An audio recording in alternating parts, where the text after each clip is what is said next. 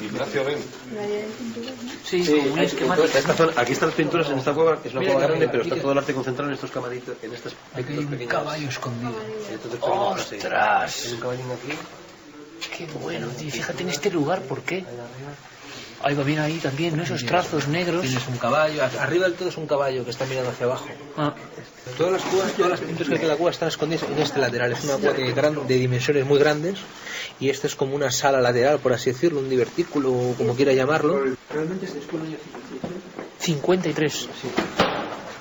Cuidado, Luigi.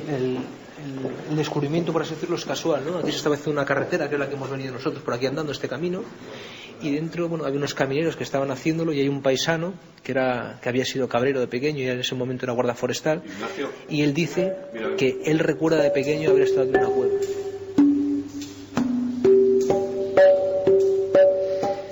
Y vamos a terminar nuestro recorrido por estas cuevas maravillosas. Y dejamos además para que veáis, porque es difícil imaginar todo esto por la radio, para que veáis nuestro viaje, algunas de estas cuevas acompañados además del presidente de la Comunidad de Cantabria, Miguel Ángel Revilla, y tantos buenos amigos, con escenas que es difícil poder olvidar. Eso sí, una pequeña guinda. Como decía Luis, y aquí va el documento para que todo el mundo lo crea, el hombre que ideó esas 3 fases del chamanismo, que fijaos el campo que se abre, ¿eh?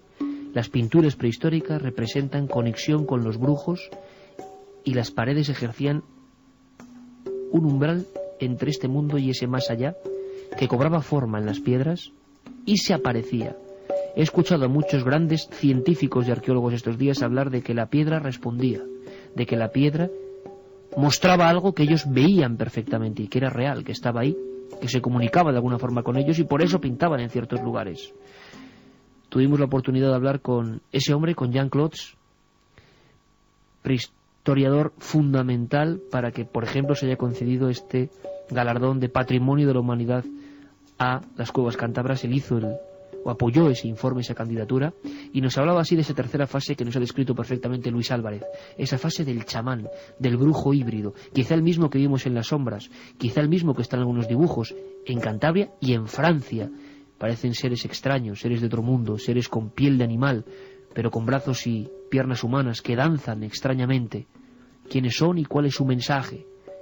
¿Y por qué se grabó antes que ningún otro arte y seguramente antes que el propio lenguaje? Jean Clots, entrevistado en plena caverna, nos contaba esto. No sabemos si estos dibujos de humanos animalizados o el contrario son retratos de chamanes. Esto no lo sabemos. Hay unos colegas que lo han dicho. Yo no sé, porque es posible que sea hecho, pero es posible que sean seres sobrenaturales, que los chamanes han visto dentro del trance o que pertenecen a sus mitos. Nosotros lo tenemos también, en el cristianismo. El diablo tiene una cola, etcétera, y cuernos. Es un humano animalizado. Carmen, que hizo un trabajo de verdad increíble llamado, bueno, no solo el libro, sino incluso especialización sobre el demonio en el arte. No solo los demonios de la iglesia, sino incluso especialización del demonio en el arte. Tú, la iglesia de los demonios, tú estás dibujando ahí, justo ahora cuando escuchabas a Clots, a este gran experto que cambió el mundo, ¿no?, de las percepciones, de esas pinturas que hicieron nuestros antepasados, estabas dibujando una figura que me gustaría que contases por qué, porque creo que es una visión que difícilmente se nos va a marchar. Tú, en ese libro, en la iglesia de los demonios, fuiste recopilando arte que hablaba del maligno. Ayer en Santillana del Mar estábamos fotografiando un capitel donde había un exorcismo. El demonio presente, el demonio peleando con la virtud y con los santos, el demonio de diferentes características. Y decimos, bueno, se ha idealizado, nadie lo puede creer. Y es curioso que has dibujado eso, porque eso de alguna forma también se aparecía en las cuevas. Sí, lo hemos podido comprobar además esta misma mañana cuando accedíamos a la cueva del castillo. Allí había pues una especie de piedra, parecía una estalagmita, sobresalía del suelo. En ella había como un bisonte, un bisonte que estaba en vertical. El que vio Chema, el que hemos contado que vio Chema con las lampariles, ¿no? Eso es. Y tú viste la sombra, no era ninguna invención. Pero claro, cuando se le aplica una luz es cuando realiza esa sombra. Una sombra en la que se puede ver a un ser negro, gigantesco, con un solo cuerno en medio de la cabeza, y que si además mueves esa luz parece que está danzando macabramente. ¿Quién te recordó? ¿Te recordó alguna representación del demonio posterior, curiosamente? Sí, me recordó una representación de una gárgola que hay en París, una de las más clásicas. No recuerdo ahora el edificio en el que es, pero vamos, demonio en París, ya me acordaré de dónde era, en la que se le ve un poco agazapado y también tiene ese mismo perfil. Las imágenes que hay de esa gárgola suelen ser siempre en la oscuridad, porque lo que interesa es como el fondo y solamente la silueta de este diablo, de este demonio. Me ha recordado mucho a ella y también me recordó mucho a una que vimos hace ya bastantes años, más de 10 años, en Las Pulgas, en París, a uno de esos anticuarios que tenían arte extraño, arte vudú, algunos muñecos llenos de clavos, tenía también todo tipo de rituales mágicos que se hacían, y tenía una figura como un poco así escondida, a lo que no se daba mucha importancia, que era un niño también con un cuerno en medio de la cabeza. Me he recordado esas dos figuras y realmente me imagino a Chema cuando se quedó solo después de hacer una fotografía en la que ya habían visto esa sombra que le salió al paso y no sabían por qué, y es cuando empezaron a experimentar con esas luces y sombras, y es cuando se encontraron con ese demonio del castillo. Ha habido muchas sensaciones y algunas nos las guardamos para matizarlas, para comprobarlas, para revisarlas, porque estamos en pleno viaje y queríamos mostraros un abanico de sensaciones simplemente y de aprendizajes de estos días, esas fases del chamanismo, esos dibujos que hemos visto, la seguridad de que hay muchas cuevas por descubrir todavía. El ejemplo es en 1994, una de las más impresionantes del mundo, se descubre en Chauvet, y eso es como un documental de la antigüedad, con panteras, con leones, con rinocerontes, en la caza, con perspectivas nunca vistas. Había algunas frases, ¿no?, para terminar este recorrido. Picasso, cuando se puso debajo del Vicente de Altamira, dijo aquello de: nadie es capaz de pintar de esta forma. Y algunos pintores modernos, algunos de los más importantes del siglo XX, nos contaba el director del Museo de Altamira. Uno de ellos, por ejemplo, dijo una frase que a mí me conmueve, absolutamente sobrecogido por las figuras, también de caras humanoides, también de grandes ojos extraños que se forman con la piedra y que te miran y que parece que salen de ella. Uno de ellos dijo una frase tremenda. Eran dos de los grandes pintores y estructuralistas de este país. Se miraron y uno le dijo al otro: mira, aquí está todo. Y es que hay formas de las que hablaremos, seres cuya complejidad, cuya modernidad, cuya perspectiva, cuya profundidad, cuya alma tardó el arte muchísimo tiempo en recuperar, y están hechos hace 15.000 años.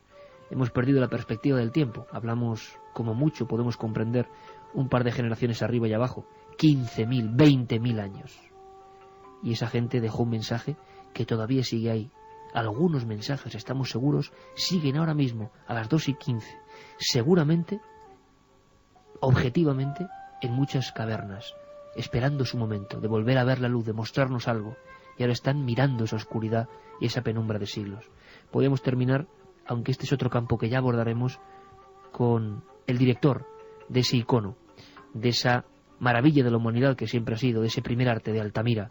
Y nos ha sorprendido porque hemos visto que hasta los más reputados científicos ortodoxos abrían su corazón, su emoción, y nos contaban cosas, quizá por empatía, quizá porque veían que la cosa está cambiando y que hay muchas nuevas teorías. Es José Antonio Las Heras, director ni más ni menos del Museo de la Cueva y Neocueva de Altamira. Delante de la cueva nos decía esto que pone colofón a este pequeño gran viaje hace tanto tiempo, hace tantos miles de años. Había dos cuevas. Una era la cueva bañada por la luz del día, que entraba por una gran boca, que iluminaba, conforme el ritmo del día, un vestíbulo donde había un grupo humano de 40, 50, 60, 70 personas. Todos serían una especie de gran familia. Y luego hay otra cueva, la que empieza en esa frontera difusa que es la penumbra y la oscuridad, ¿no? Que es el lugar de los ritos y el lugar de los mitos, el lugar de lo trascendente. Bueno, lo que ocurre dentro de una cueva en la oscuridad probablemente tenga que ver con la relación del grupo con la naturaleza. Con una naturaleza que está allí, que tiene distintas maneras de manifestarse, pero que se manifiesta personalmente. Y en la oscuridad de la cueva, con la luz que lleva ese intercesor, ese sacerdote, alguien diría chamán, pero sobre todo con ese intercesor que intercede con nosotros, con esas otras realidades que no vemos, pero que están, que sabemos que existen porque las soñamos, porque cuando cerramos los ojos las vemos, porque las podemos imaginar y por lo tanto existen. Pero esa otra realidad trascendente necesitamos que alguien nos la desvele. Y ese alguien era ese intercesor, ese sacerdote de la prehistoria, o ese chamán de los pueblos cazadores y recolectores que con la luz y el carbón para dibujar, pintar o las piedras para grabar, se relacionaba con esa otra parte de la naturaleza que también está aquí, ¿no? Que está en estas praderas, claro, incluso de ahora mismo. Y lo estamos viendo, ¿no? Estamos hablando de un lugar absolutamente...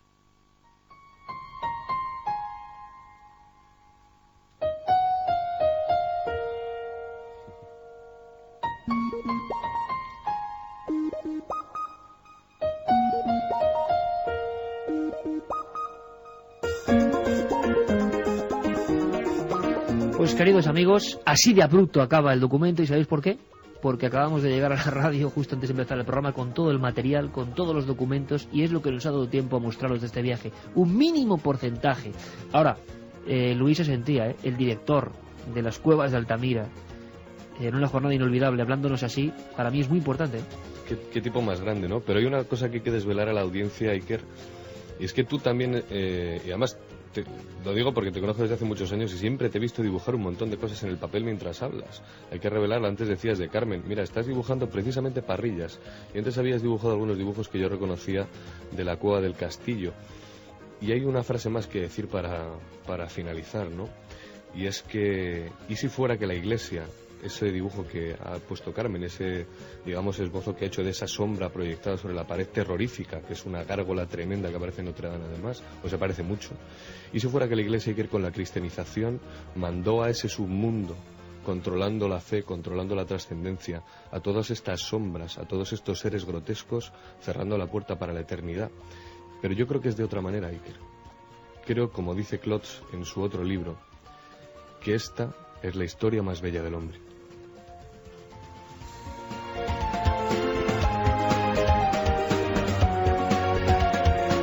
Vamos con mensajes. José Manuel desde Cáceres nos dice: aquí en la capital hay una cueva de la prehistoria, se llama la Cueva de Maltravieso y también tiene pinturas rupestres.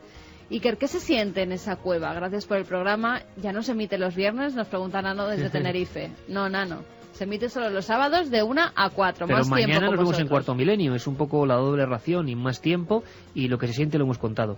Y lo contaremos con imágenes, ya veréis. Ezequiel pregunta cómo o quién descubrió por primera vez esos cuerpos. Se refiere a los esqueletos de la primera de las cuevas. Pues el equipo de la Gobernación de Cantabria de arqueólogos, ¿no? Con Roberto Ontaño a la cabeza. La Consejería de Cultura, que por cierto habría que mencionar, ¿no? Se han Consejería portado de Cultura de Cantabria, se han portado excelentemente, ¿no? Señor Marcano. Hola milenarios, gracias por estos temas arqueológicos que los estudiantes y gente interesada en ello lo agradecemos. ¿Sabéis si ese lugar tiene algún tipo de historia que llamara la atención de esas personas que quedaron allí atrapadas? Se preguntaba Miriam. Pues es que no hay historia. Es decir, solo sabemos que se perdieron ahí y aparecieron ahí. Nadie sabía nada. Tal vez buscaban esos dibujos, tal vez buscaban algún tesoro. Os parecerá bonito, 2 veces venís a hacer el programa Cantabria y las 2 lo hacéis en un estudio sin público. Ya os vale. Saludos desde San Vicente de la Barquera, nos dice Diegus. Hombre, tenemos a nuestro buen amigo, amigos Miguel y Bernardo Rivavelar de San Vicente de la Barquera, uno de los pueblos más bonitos de este país. Y Diegus, nada, pues un abrazo, y te aseguro que estaría genial hacerlo, por ejemplo, en una cueva, al regreso. Si nos lo permiten, lo haremos en una cueva. ¿Te imaginas estas sensaciones en una cueva? Nos dicen también, no me dejáis de sorprender, sois aventureros al máximo. Felicidades, amigos míos. Me da que fueron machacados por más de un guardián de la cueva. ¿Por qué? Ni idea, nos decía Interesante, David. Guardianes de la cueva que no querían que se descubriese lo que había ahí dentro. Qué bonita teoría. Tolo nos dice que hablar de la prehistoria es hablar de Menorca, las taulas, las navetas, las cuevas, etcétera. Sí, También las hemos y de visitado. tantas cosas, claro. Hola a todos, esto apunta a un ritual sagrado entre tribus, ¿no os parece? ¿O qué gente de la misma tribu al fracasar los primeros los sacrificaron? Nos decía Luis Fer desde Madrid. ¿Os imagináis unas personas muy... Tribu, claro, son del siglo IX. ¿no? Y alguien me dijo, y se escribe por ahí, y si, imagínate que condena, ¿no? Cogen a 5 por algo y los tiran dentro de la cueva. También. Y cierran la entrada. O que se cayeron y no pudieron salir, porque recordéis que había una caída de 17 metros, nada menos. Sí, pero entonces, ¿por qué las posiciones? Claro. Que por qué le rompen los cráneos. Yo pensé, fíjate, lo primero que me vino a la mente es que es muy probable que era una manera... Imaginaos una calavera que te está mirando desde la oscuridad. Para exorcizar ese lugar, para exorcizar de esos espíritus, revientan el cráneo, que digamos que es donde está el alma, ¿no? Al final. Pero la pregunta es quién entra ahí, si la cavidad estaba tapada. Bueno, entraba muchísima gente, ¿eh? Se cree que podía entrar mucha gente por esos restos, digamos, de carboncillos que andaban de las teas dando vueltas por todas partes. ¿Y si lo han hecho posteriormente y han machacado esos huesos en siglos posteriores? Sí, es como si ha escrito un crimen. Tenemos un ritual, bueno, miles de hipótesis. Qué envidia sana me dais al poder acceder a tantos sitios a los que vais. Menos mal que al menos lo vivimos a través de vuestras palabras, nos decía Es Pilar. Nuestra misión. Jesús y Ana, que nos escriben desde Londres. Dice que gracias por hacerles compañía en estas duras tierras y que en septiembre estuvieron de vacaciones en Malta, que sí hemos visitado las ruinas megalíticas de la isla de Malta, que ellos visitaron el hipogeo de Tarsien, que es patrimonio de la humanidad, mucho menos conocido y más impresionante que Stonehenge, por ejemplo. Pues qué interesante saberlo, tomamos muy buena nota. Eso es, nos decía que estaba excavado en la roca, bajo tierra, y los niveles más antiguos son del año 4500 antes de Cristo. Pues muchas gracias por vuestra información. Bueno, primero saludamos a Santiago Camacho, que estaría por ahí. Santi, buenas noches. Buenas noches, Iker. Oye, Santi, has estado también en las cuevas. ¿Te has sentido dentro de las cuevas o no? Pues desde luego, con vuestra voz y esos testimonios sonoros, yo creo que somos muchos miles los que os hemos acompañado en el viaje, siquiera en una mínima parte. Oye, Santi, maestro, de verdad, porque ya las últimas... Estás ya en el limbo vamos, no sé ni cómo definirlo, ¿no? De la maestría periodística, porque yo decía, vamos a ver, ¿será posible que dentro de esta polémica haya más datos? Y por supuesto, lanzamos nuestro aprecio a la reina, por supuesto, claro que sí, que quede clarísimo, porque además sabemos que le gustan desde siempre estos temas, que estuvo interesada en Nazca, que tiene una piedra de Ica, que sabe mucho del tema ovni y de la arqueología, pero caramba, no sé, nos parece que esto es muy fuerte. Club Bilderberg, ¿no? Pues sí, vosotros habéis tenido un gran privilegio estos días y aquí pues hemos tenido uno pequeñito pero igualmente importante a nivel periodístico, que es que he podido mantener una larga conversación con Pilar Urbano, una mujer que comparte muchos intereses con los amigos de Milenio y especialmente conmigo y con los más conspiranoicos. Es una mujer interesada en los servicios de inteligencia, en las oscuridades de la historia secreta, en las sociedades secretas igualmente. Yo entré en el CSID, uno de sus clásicos, ¿no? O Jefe ATA. Efectivamente, dos grandes libros en los que revela muchas cosas en sus páginas. Y la verdad es que, pues para los oyentes de Milenio, en el libro de la polémica, y si hay un personaje ahora mismo que esta semana ha sido polémico, esa es Pilar Urbano, pues también hay apuntes interesantes para los temas milenarios. ¿Y nos puedes adelantar algo, que sea una piecita, un pequeño corte, aunque luego lo escuchemos con mucha atención? Pues sí, mira, una de las cosas sobre las que le pregunté, porque he tenido ocasión de echarle un buen vistazo al libro, no leérmelo en profundidad por razones de tiempo, pero sí irme a los capítulos clave, pues es sobre, aparte del tema Bilderberg, que ya expondremos un poquito más adelante, sobre algunas joyas históricas que contiene ese libro. Y una de ellas es sobre el interés que la CIA, en tiempos muy remotos, en tiempos muy anteriores a la muerte del general Franco, ya tenía en el rey Juan Carlos, y cómo empezó a seguir muy de cerca lo que pasaba en el entorno del entonces príncipe de España y qué proyecciones de futuro se hacían. Esto es un poquito de lo que nos dijo. En el 73 hay un documento, yo lo tengo, por eso puedo, no sé si lo digo en el libro, no, hay un documento, lo tengo, que emana de allí, de Bilderberg, y que está firmado por Henry Kissinger, en que se dice ya que el príncipe Juan Carlos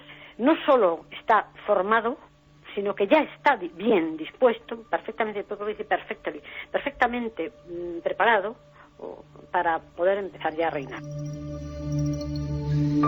En fin, un adelanto de lo que viene después, porque del Club Bilderberg creo que doña Sofía ha dicho que, o ha comentado a Pilar Urbano siempre en su declaración y en su libro, que son reuniones en las que ha asistido, que son muy interesantes, en fin, que luego vamos a aprender. Al final no hay tanto mito y resulta que es verdad. ¿Y de qué se habla realmente en esas reuniones? ¿Y qué gente va? En fin, a ver si nos enteramos un poco. Pero antes, Carmen, nos vamos a Asturias.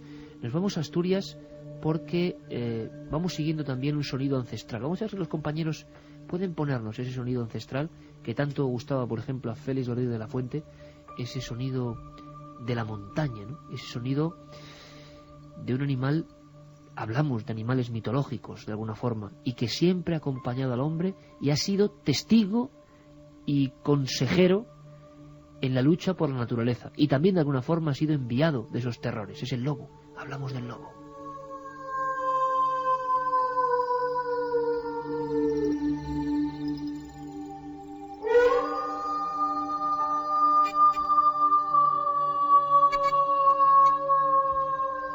Marchamos hacia el corazón de Asturias, marchamos, si no me equivoco y no me fallan los datos, a Gijón. Juanje Vallejo, corrígeme, compañero, buenas noches. Buenas noches, Iker, ¿cómo estás? ¿Estáis en Ser Gijón? Estamos en la cadena Ser Gijón, efectivamente. Bueno. Y imagino que también te habrá gustado viajar por la prehistoria, y tú me comentabas, Juanje, que se están haciendo investigaciones interesantísimas, queremos compartirlas con todos los oyentes de Milenio 3, sobre un mundo que parece evidentemente algo, ya descartado y desterrado, ¿no?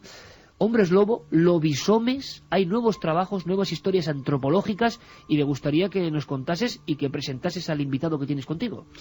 Hombre, pues la verdad, Iker, que llevamos 3 días en los que hemos hecho más de 600 kilómetros llegando al corazón y al alma de Asturias, ¿no? Un corazón y un alma de Asturias que suena como ese aullido de lobo, que te penetra hasta las entrañas, y ha sido de la mano de Alberto Álvarez Peña, de un escritor asturiano que ni más ni menos que tiene 22 libros a cuestas, algunos de ellos como Brujería Asturiana, Mitos y Leyendas de Asturias, y bueno, pues de su mano me he topado alguna historia, la verdad que me quedo sin palabras casi. Han sido más de 600 kilómetros, como decía. Rodando por las carreteras de pueblos, buscando testigos. No te puedes imaginar, o sea, vinimos a Gijón, de Gijón partimos hasta Sotres, en pleno corazón de los picos de Europa, al noroeste de la comunidad asturiana.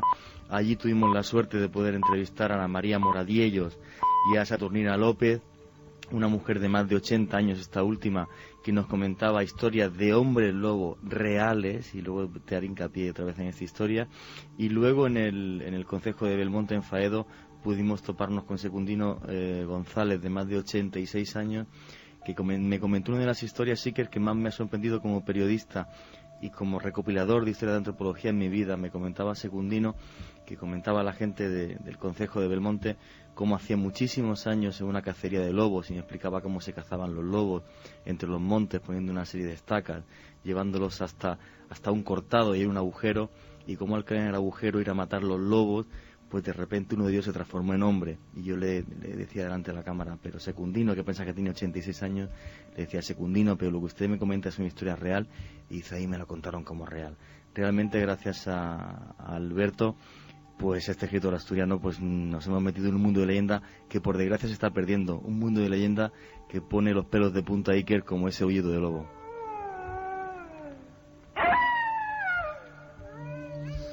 Y tanto que pone los pelos de punta cuando se cuenta con esa franqueza, ¿no?, que todavía tienen las voces del pueblo, y que en el fondo, fijaos la casualidad, porque no conocíamos este caso, porque nuestro compañero Juan está en plena investigación, que tiene que ver con lo que llevamos hablando una hora, ¿no? Animales humanizados o humanos animalizados, la mezcla de dos especies que de repente surge como un demonio de lo más profundo del inconsciente o del tiempo. Alberto Álvarez Peña, amigo, buenas noches. Hola, buenas noches. Pues estamos absolutamente fascinados. Juanje insistía en que había nuevas investigaciones, que había una recogida absolutamente antropológica que hay que mantener, que hay que conservar. Y la primera pregunta es lógica, y seguro que mucha gente en nuestras vías de contacto te la está haciendo ya, y veo que te la está haciendo ya, que es... todavía existen historias de lobisomes, de hombres lobo, no se han borrado por completo, aún queda la señal de esa creencia tan antigua, ¿no? Bueno, pues sí, aquí no lo llamamos lobisome, lo llamamos omeyobo o omechobo. Omeyobo, ajá. Sí, y bueno, el primer sorprendido fui yo. La primera historia que encontré fue de Secundino, en Faedo de Belmonte, como bien comentó Juanje, y bueno, a partir de ahí empecé a preguntar por ello, porque las únicas referencias que teníamos eran de los años 20, Aurelio de Llano recogía la historia en Tormaleo, muy difusa. Tormaleoes de Ibias, queda casi rayando con Galicia. Y precisamente, bueno, pues algunos grupos de Galicia lo consideraban, bueno, pues una contaminación cultural. Claro, las cosas no existen hasta que son nombradas. Empezamos a encontrar en Belmonte, al seguir preguntando por ello, encontramos una gran densidad de historias de Omes Yobu, precisamente, o de Omes Chobu, como se dice ahí en la zona, en Cangas de Narcea.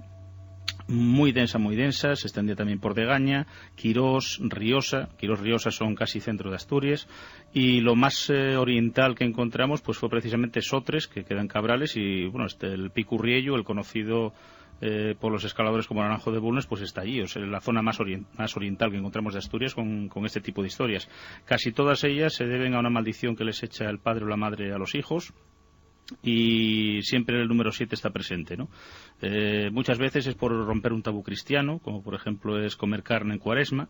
La madre o el padre le dicen: permita a Dios te vuelvas lobo durante 7 años y te hartes de carne, y al momento ocurre esta maldición. Precisamente la que comentaba nuestro compañero, pues el chaval que le habían echado la maldición era lobo, pero durante una cacería, al caerse al pozo Llobal, donde los llevan para matar, pues se cumplieron esos 7 años, y cuando fueron a matar al lobo lo que se encontraron fue pues con un hombre, ¿no? Entonces, bueno, el primer sorprendido fui yo al encontrar todo este tipo de historias, y sobre todo con tanta intensidad. Y por cierto que el problema es que la gente que lo sabe tiene 80, 90 años y claro, está desapareciendo. De verdad, qué primera crónica, Alberto. Desde luego que por fortuna todavía quedan personas ejerciendo de cronistas auténticos y rescatando un tiempo, y una forma de ver las cosas, que eso es cultura y que no podemos permitir que se extinga, ¿no? Y que solo en vuestros trabajos al final va a pervivir. Pero claro, muchísimas preguntas, y abrimos por supuesto el debate, compañeros, porque vamos a ver, por ejemplo, para diferenciar un poco, teníamos constancia, y hemos hablado alguna vez, de algunos casos de auténticos asesinos en serie, de alguna manera, que en Galicia, en territorio unido geográficamente, vamos a decirlo, o lindante con Asturias, se hablaba, ¿no? Y había documentos concretos. ¿Crees, Alberto, creéis, Juanje, que algunas de las historias que habéis investigado en esa ruta de 600 kilómetros interpueblos, interaldeas, ¿no?, de la mágica Asturias, que pueda haber también, al margen del testimonio, casos con cierto halo de realidad, personas que realmente se creían endemoniadas o maldecidas, y que actuaban en consecuencia creyéndose también poseídos por eso, por el espíritu o el alma del lobo? Vamos a ver, lo que es caso de psico-killer, yo en este caso en Asturias lo descarto total y absolutamente, lo diferencio total y absolutamente de los casos que pueda haber, como por ejemplo en Nayarit, en Galicia. Luego una cosa es lo que llevamos Alberto y yo discutiendo 3 días, que no nos ponemos de acuerdo en la posible raíz de esto. Qué raro que tú discutas, Juan. Qué raro, qué extraño que yo discuta. Llevamos 3 días discutiendo sobre esto, dialogando en un tono distendido, perfectamente no nos ponemos de acuerdo. Porque efectivamente, los señores como Secundino González comentan que este señor se convirtió de lobo en hombre, dicen que es un hecho real.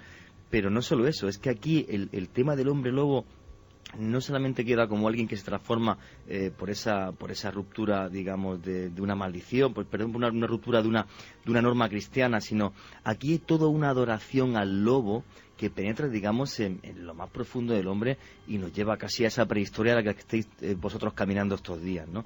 Por ejemplo, por desgracia, hoy hemos estado en el concejo de Ibias, íbamos a ver a Pedro Álvarez Méndez, una de las personas que había recopilado su testimonio, Alberto, y bueno, pues hace un mes que falleció, una persona de más de 80 años, pero claro, este hombre nos iba a contar una cosa que podremos ver luego en Cuarto Milenio, lo podremos recuperar seguramente gracias al archivo también audiovisual que tiene Alberto. Pues este señor comentaba cómo de niño él había visto cómo otras personas comían corazones de lobeznos, de pequeños lobos, de cachorros de lobo, para poder curarse algunas enfermedades. Quizás luego Alberto, que sí vivió ese testimonio en directo, lo puede contar con mucho más detalle. Bueno, que lo cuente Alberto. Que lo cuente Alberto directamente, el testimonio que por desgracia no hemos podido tener. Pero a lo que iba a referir, me deja un segundito de acá, es que aquí hay una adoración al lobo, Iker, que entronca en mucho más allá. Y no hablamos de psico-killer, sino de algo mucho más potente que pienso que, bueno, y luego de hablar incluso hasta de cadáveres de ganado y otras cosas sin explicar, que bueno, que va a hacer que el misterio siga creciendo. Perdona, claro, la presencia del lobo, Juanje, mucho más potente desde tiempo ancestral como parte de una realidad, ¿no?, que nosotros vemos con otros ojos urbanitas, pero que ellos no. Pero me sorprendió muchísimo, Alberto, que Juanje me comentase antes de su viaje que había tradiciones que nos pueden horrorizar en un principio, pero que quizá tenían su sentido, ¿no? Eso de comer corazones de lobeznos, ¿eso es real? Sí, es real y, bueno, no estamos hablando del siglo XVII. Se da sobre todo en Ibias y en Degaña, que son las zonas donde yo lo encontré, y es una cosa muy fácil. Es para curar lo que llaman la gota coral. La gota coral, nosotros ahora cuando nos hablan de gota pensamos en las farturas que nos damos y, bueno, el colesterol y eso, pues no. La gota coral son los ataques epilépticos. Es el mismo nombre que aparece con Plinio el Viejo, historiador romano, en el siglo I, que lo llama gota coral a esos ataques. Y bueno, pues una forma de acabar con ello era comer en crudo, arrancado en vida, un corazón de lobo. Y claro, este hombre, pues Pedro nos comentaba que él, siendo un chavalete de 16 años o así, que le había pasado, y decía, pero claro, ¿quién arranca un corazón de lobo a un lobo adulto y tal, no? Entonces le había tocado ir a rastrear una madriguera, de allí sacaron un par de lobeznos, los abrieron en vida y se lo dieron a comer pues como si fuese un pincho chorizo.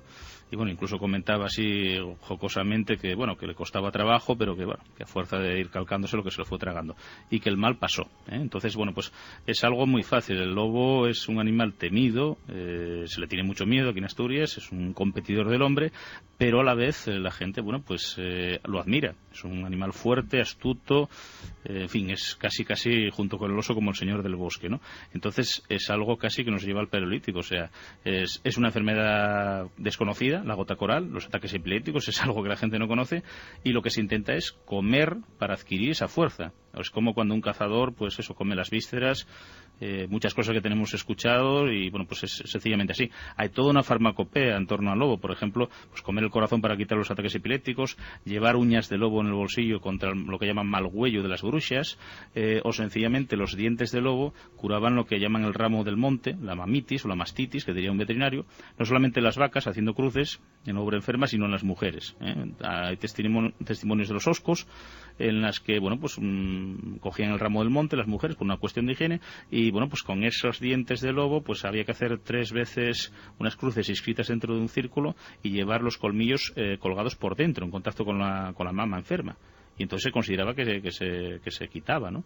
Entonces bueno, pues vemos cómo el lobo pasa, aparte de ser un animal temido por ser un competidor del hombre, a ser un animal admirado por su fuerza y su astucia. Entonces, pero fijaos Alberto, qué curiosidad, ¿no? Porque me está recordando, yo recuerdo un programa que hicimos en Lugo con un también estudioso antropólogo, José de Cora, si no recuerdo mal, y con historias de Galicia en este caso, y muy raras, pero que tenían un halo de absoluta autenticidad, ¿no? Y de antropología viva, que yo estaba pensando, Alberto, lo mismo que pienso esta noche, que menos mal, ¿no? Que estéis ahí para salvaguardar este patrimonio, porque es que en un par de generaciones probablemente no se sepa de estas cosas. Y tú fíjate, Luis, qué curioso, estaba señalando que estos días, haciendo un nexo inesperado por completo, hemos visto muchos dientes de diversas criaturas y animales que se temían, que se horadaban, igual que nos han contado aquí, ahora mismo en Asturias que se hacía, y se ponían en contacto con el cuerpo, modo de collares, o modo de sanación incluso, como nos contaban en Altamira, esos dientes perforados que eran como auténticas reliquias, que incluso se falsificaban.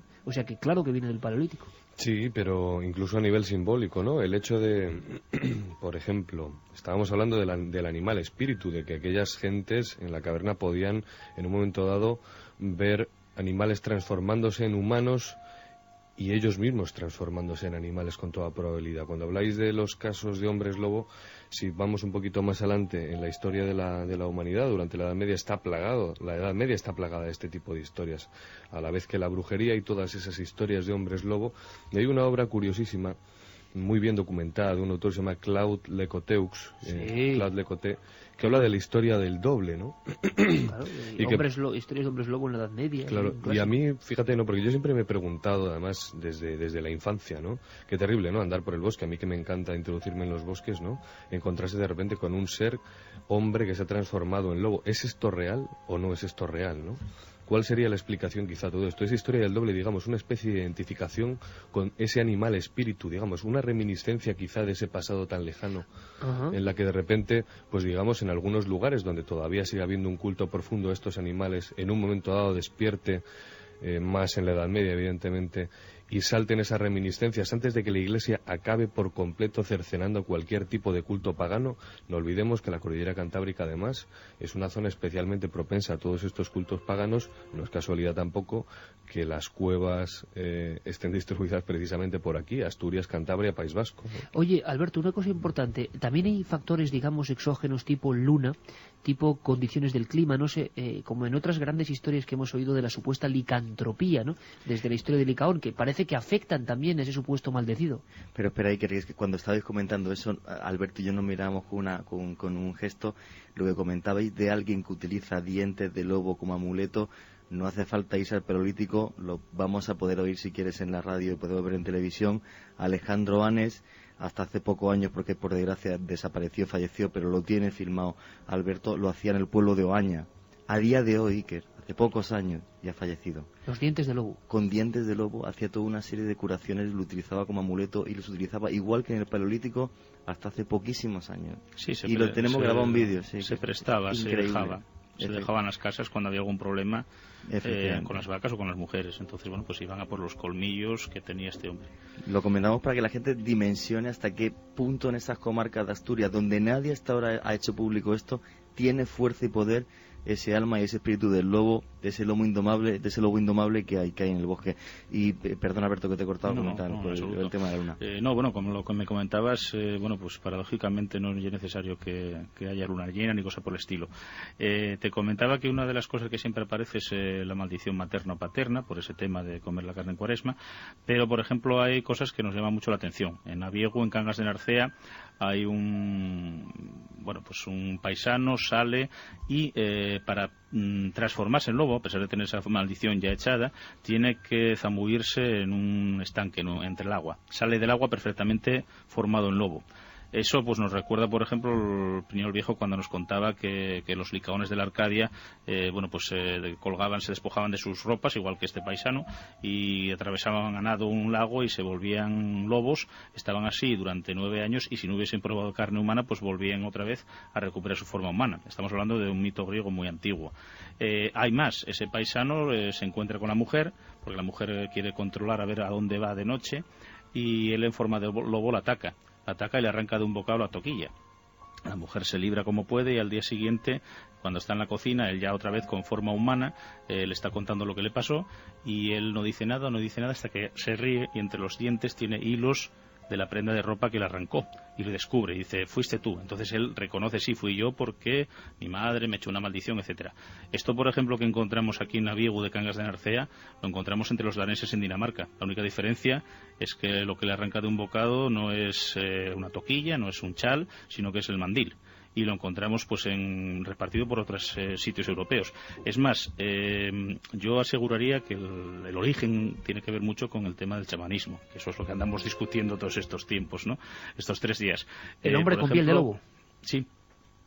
Te decía, Alberto, que el chamanismo, y porque a veces se ponían encima pieles, ¿no? A veces las representaciones más antiguas parece que son hombres como medio convertidos sí, queriendo hacerse pasar por lobos. Claro, es que la discusión que llevamos estos 3 días es eso, porque la raíz es tan fuerte de esta adoración al lobo en estos lugares de Asturias, y yo me he sorprendido tanto, a la vez que tengo que decir que me ha dado un poco de pena, porque me he dado cuenta que en poquísimos años va a desaparecer esto. Yo solamente he conseguido entrevistar a 3 testigos ya vivos que me hablen de las tradiciones, el resto es del archivo de Alberto, ya han fallecido. Y bueno, pues claro, tan fuerte la tradición que bueno, pues aquí tenemos 2 teorías, ¿no? La que llevamos discutiendo ya 3 días sin parar, 24 horas, 600 kilómetros, montaña, nieve, y bueno, pues digamos, la más racional obviamente es de Alberto, la más, no sé si fantástica o fantasiosa quizás es la mía, ¿no? Yo opino que sí, que igual que bueno, pues había toda una serie de guerreros, como eran por ejemplo los berserker en los vikingos, o por ejemplo si nos vamos a América Latina, hablamos de los náhuatl entre los antiguos mexicas, que tenían la capacidad de transformarse, en este caso en los berserker, en lobo, gracias a tomar un alucinógeno, que era el cornezuelo de centeno, y tener una gran agresividad o fuerza. Mi pregunta es, ¿hubo algún tipo de ritual pagano en la antigüedad, en esta zona asturiana, en la que había alguien que tenía capacidad de desarrollar esa agresividad y fuerza similar a la de un lobo, para que la gente pensara que realmente ese señor se convertía en lobo, y de ahí que diga gente como Segundino González que era real? Y bueno, Alberto, digamos que tiene otra teoría. No, bueno, vamos a ver. Es que se complementa bastante. Quiero decir, el tema de los hombres lobo yo lo veo en ritos iniciáticos para las sociedades guerreras, pero es que, por ejemplo, en el siglo IX, con Nennius, en Historia de Britania, da un dato que luego, bueno, Giraldus Cambrensis también repite, y es sobre, bueno, pues sobre los irlandeses o sobre los galeses, ¿no? Bueno, cada uno habla de un tribu diferente. Dice, bueno, pues algunos celtas se ponen en trance, se quedan en trance y bueno, un compañero impide que se mueva el cuerpo. Su otro yo, por decirlo de alguna forma, pues se marcha. En un primer momento, quiero decir, no solamente en lobo, puede ser en buey, en oso, pero bueno, lo que más trascendió fue en lobo porque a fin de cuentas es el predador por excelencia, ¿no? Y todo lo que hacen en forma de lobo reciben, si son heridos, pues lo reciben en ese cuerpo humano que está en trance, que está durmiendo en un sueño profundo. E incluso hay una cosa que comenta, dice, si comen carne, la carne aparecerá también en sus dientes de cuerpo humano. Esto nos recuerda la historia que os acabo de contar de Naviego, sí. En la que él en cuerpo humano todavía mantiene los hilos de la prenda de ropa que arrancó de la mujer. Entonces lo vemos con Nennius, lo vemos con Giraldus Cambrensis. Cuando llega al cristianismo no se entera de nada. Precisamente Claude Lecoté, al que citasteis aquí, pues comenta eso de la historia del doble. También Baring-Gould, Sabine Baring-Gould, ya en el siglo XIX, pues me hizo un trabajo, la verdad es que bastante científico por aquel entonces, a pesar de ser parte interesada, porque el hombre es protestante, pero vamos, era bastante aséptico a la hora de relatarnos todo este tipo de cosas. Y bueno, cuando llega al cristianismo, pues no se entera de estos trances chamánicos, no comparte esa religión. O sea, lo que para las sociedades guerreras iniciáticas es un don, para el cristianismo es una maldición, y por eso precisamente tenemos pues en el siglo XIII El espejo de los reyes, que es una obra anónima noruega que habla de cómo San Patricio echa una maldición a los paganos irlandeses diciendo, ya que queréis echaros sobre mí como lobos, seréis lobos durante 7 años. O sea que tenemos muchas concomitancias en las historias asturianas, pues con esta historia de la maldición de San Patricio, con las maldiciones por romper tabús cristianos, y también, bueno, pues con esos ritos iniciáticos de pasar por el agua para transformarse en lobo, o de que todavía en el cuerpo humano, bueno, pues reflejen los daños que recibe cuando es lobo. Una historia de Bicharevildas y un pueblín de Somiedo, nos contaba una paisanina, bueno, hace mucho tiempo, me lo contaron a mí, porque esa paisana también desapareció, la pobre, pues que una vez en forma de lobo a uno le habían disparado y le habían arrancado una uña del pie. A los 7 años, cuando volvió a ser persona, le faltaba un dedo del pie. O como un paisano una vez en la feria de ganado se dirigió a otro diciendo, muchas piedras me tiene Ture de usted. Oiga, yo a usted no le conozco, no le tiene ninguna piedra. Y le decía, bueno, es que yo fui lobo durante 7 años y cuando atacaba el redil donde estaban sus ovejas, usted me ayuntaba tirándome piedras. Entonces, vamos, son historias que te cuentan, esa también es somedana, y que entroncan muy bien con esas historias del siglo IX, con esas historias del siglo XIII. Pero historias, Alberto, con una fuerza expresiva impresionante. Y me gustaría trasladarte una duda que tiene mucha gente que nos comente, y que yo tengo personalmente, que es, vale, hablamos de hombres transformados en lobo, de humanos animalizados, pero yo he conocido historias donde el protagonista es el propio animal, es decir, es el propio animal, sin nada de hombre, el que se aparece de una forma extraña, o desaparece, o crece en mitad de un camino, o marca un cruce de caminos, y gentes de muy diversas épocas, cuando ya ese lobo, perro o lo que sea tenía que estar muerto, sigue apareciéndose como custodiando algo. En algunas partes de Navarra, lo hemos comentado, se llama el perro negro, y me gustaría saber si también en Asturias hay historias que incumben a animales fantasmagóricos, pero con la forma del lobo simplemente, sin nada que ver con el hombre. Sí, pero yo creo que pertenecen a otra esfera. Quiero decir, o sea, aquí tenemos perros negros que se aparecen. ¿También? Perros que crecen, sí. ¡Caramba! Perros que crecen, que a veces se relaciona con el diablo.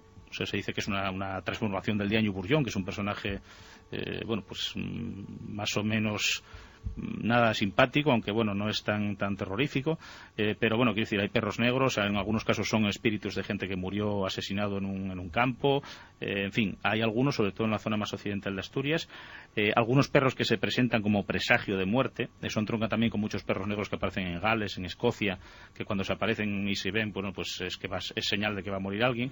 Pero yo creo que esto pertenece más bien a otro tipo de ambiente del más allá, porque el perro en las culturas indoeuropeas siempre es un animal asociado a los infiernos, y al decir infiernos pues hablo de ese otro más allá, no el infierno como lo entienden los cristianos. Y yo creo que tiene bastante menos que ver con esta historia de los hombres lobo, ¿no? Pues desde luego que a ver si un día comentamos esa historia, porque son maravillosas. Dejando un poco de lado la leyenda, la tradición, ¿habría alguna posibilidad de que algún habitante de esas aldeas asturianas sufriera de esa enfermedad llamada hipertricosis, en la que el cuerpo se llena de pelo como si fuera un lobo? No, ni porfiria, ni en todas estas historias la transformación en lobo es casi total. Sí, lo que hablan es de un animal, o sea, lo que es un lobo, no se habla de un animal medio hombre, medio lobo para nada, ¿no? Igual que descarto el tema de asesinos, todo los testimonios que hemos recogido y lo que he visto del archivo de Alberto, descartaría ese tipo de enfermedades. Pero sí se habla de, como comentabais antes, que había visto cómo se convertía en lobo. No. Pero, o sea, se habla de un lobo en sí, o sea, pero no sale formado un lobo. Sí, sale formado un lobo. No es mitad hombre, mitad lobo, ¿no? No es híbrido, no es híbrido. No. Es un una lobo, figura... lobo. Sí, lo es entendemos un lobo, efectivamente, un perro, o sea, un lobo lo que ves en el monte. Es más, lobo. Siempre se requiere que la persona se desnude, o sea, se desnuda y acaba transformándose en lobo. No es la imagen de Paul Naschy que tenemos de las películas, que no, es un lobo total. Más grande, más feroz o... En fin, muy agresivo, pero un lobo, sí. Yo os pediría ahora, Juanje, Alberto, si es posible, brevedad máxima, casi en titulares, por favor, porque hay algunas preguntas sumamente interesantes, algunas que preguntan cosas concretas o han sido testigos de cosas o conocen cosas en Asturias. Jesús nos dice que es un chofer que va a cargar carbón todos los días a Tormaleo y que nos asegura que en la campa a las 4 de la mañana los aullidos te ponen muy nervioso. También ahora desde Asturias nos dice que es asturiana, que pasó parte de su infancia oyendo a los lobos en su pueblo y que antes de seguir quiere decir que es un animal maravilloso, muy mitificado, mejor que muchas personas. Los he oído y visto más de 30 veces y jamás me han hecho daño. Ni siquiera atacan al ganado con frecuencia, pese a que los estamos dejando sin alimento. ¿Aún se escucha el aullido del lobo, Alberto, en Asturias? Sí, claro, y además yo puedo decirte que tengo aullado y tienen contestado. Porque aparte de este lobo mítico, también me gusta el lobo biológico, ¿no? Oye, eso es muy bueno, ¿cómo que contestan? Y bueno, nos lo comentó un paisano que era limañero, en Calea o en Casu. Y se dedicaba precisamente a exterminarlos, pero bueno, el paisano hablaba, era una fuente antropológica para saber muchas cosas, y nos decía que si aullas los lobos contestan. Y bueno, pudimos comprobar, otro compañero ya hace muchos años, que él está en la Guardería de Medio Ambiente, hicimos una espera para verlos en la Baña la Corra, en el Camín Real, que llaman, entre Somiedo y Teberga. Pasaron delante de nosotros, teníamos el viento a favor, y al pasar y no nos vieron, bueno, pues hicimos la tontería de decir, oye, vamos a poner en práctica esto, y aullamos, y efectivamente volvieron a mirar a ver qué era. Cuando nos pusimos a dos patas, por decirlo de alguna forma, pasaron totalmente de nosotros, dieron la vuelta y vamos, y nos miraron. A partir de ahí probamos muchas veces en la Serra de Cristaleira, de Boal y por ahí, y es cierto, o sea, si aullas, ellos aullan. Nos decía Ara que cerca de su pueblo la leyenda que corre no es mala, es de una niña que fue cuidada durante 3 días por una manada de lobos que impidieron que pereciera de hambre y de frío. Leyenda tipo Rómulo y Remo. ¿Hay leyendas buenas, Alberto, en Asturias? Perdona, tenemos una. Tenemos una total y absolutamente, bueno, supuestamente real, que nos contó Ana María Moradiellos, efectivamente, en un pueblito que hay cerca de Sotres, donde comentan que un grupo de pastores encontraron a una niña con pelo, bueno, que había muerto su madre, que era una mendiga, y con pelos en la boca y restos de leche de que la habían amamantado los lobos. Pero se cuenta como una historia total y absolutamente real. Vaya hace pocas décadas, sí. Sí, se comenta que bueno, que era una paisana, una mujer que andaba pidiendo con una cría pequeña, y venía, ella no era de aquí, no era asturiana, era de la parte de Líbana, y venía por Áliva hacia Sotres, y una vez la pilló una tormenta en Áliva, en un sitio donde ahora hay una capilla, antes no había la capilla, que se llamaba de la Virgen de la Salud. Y bueno, pues nada, ella envolvió a la criatura como pudo, se tiró encima de la cría y bueno, allí se murió helada. Cuando descubrieron los paisanos de Sotres, después de que amainó el temporal, vieron que la mujer estaba muerta, habían pasado ya 5 días o así, alrededor estaba lleno de pisadas de lobo en la nieve, y cuando levantaron el cadáver de la mujer, pues la cría estaba allí. Efectivamente decían que tenía leche fresca, otra más seca, y que había pelos de lobo en la boca de la cría y en el cuerpo, y que suponen que sería una loba, pues eso, que había perdido la camada y que había ido a amamantar a la cría, y que además, bueno, no habían devorado el cadáver de la madre. Eso se cuenta como cierto, pues hace unos años, de allí de Sotres. A Ana María de Moradillo se lo contaba el padre. Si fue verdad o no, se le pierde la pista a la cría, por supuesto. Dicen que la llevan probablemente a un hospicio a Líbana, pero vamos, no se sigue la historia de ella. Y bueno, pues es un caso que se comenta en Sotres, que pertenece al concejo de Cabrales. Impresionantes historias, de verdad, impresionante antropología en vivo, y sobre todo, lo repetimos, impresionante plasmación de temores, de imágenes que las coge un novelista o un cineasta y es que no se le ocurren, o sea, imposible. Solo ese saber popular condensado en ciertos hombres y mujeres que aún conservan ese pasado antropológico, nos pueden estremecer ahora a las 2:57. Alberto Álvarez Peña, de verdad que espero pasar muchas más noches contando historias a la luz de la hoguera casi contigo. Y Juan G. Vallejo, buena investigación, amigos, un fortísimo abrazo. Un abrazo. Un abrazo.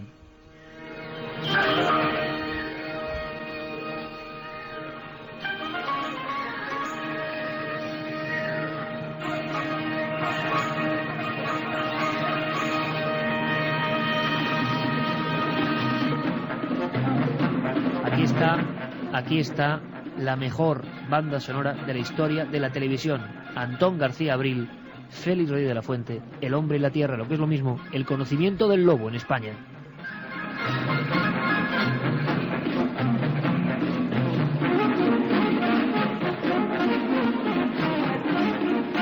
Esto, Luis, no sé si es música prehistórica, pero es música ancestral y sigues oyéndola desde 1974 y sigue siendo insuperable.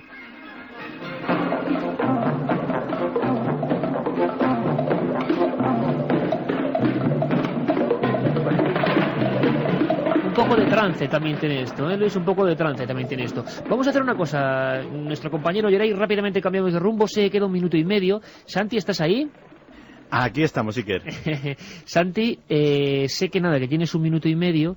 ¿Me puedes contar, para que la gente esté muy pendiente a la vuelta, en fin, algunas cosas de esa gran polémica? Mucha gente está escribiendo que dicen que algunos ingenieros han hablado de que las Torres Gemelas o han hecho una rueda de prensa, de que han sido, no nos hemos enterado muy bien, demolidas desde dentro. Sí, al parecer ha sido, Santi, ¿verdad?, en el Colegio de Arquitectos de Madrid. Es una barbaridad, ¿esto cómo pueden decirlo? No sé, ¿sabes algo, Santi? Sí, hay un grupo llamado Arquitectos por la Verdad que efectivamente están haciendo desde Estados Unidos una especie de gira mundial intentando explicar su versión del asunto de las Torres Gemelas. En ese ciclo de conferencias pues han visitado España y pues aquí han pronunciado una conferencia explicando su verdad, de que según su teoría pues el tema de las Torres Gemelas no fue otra cosa sino un autoataque, digámoslo así.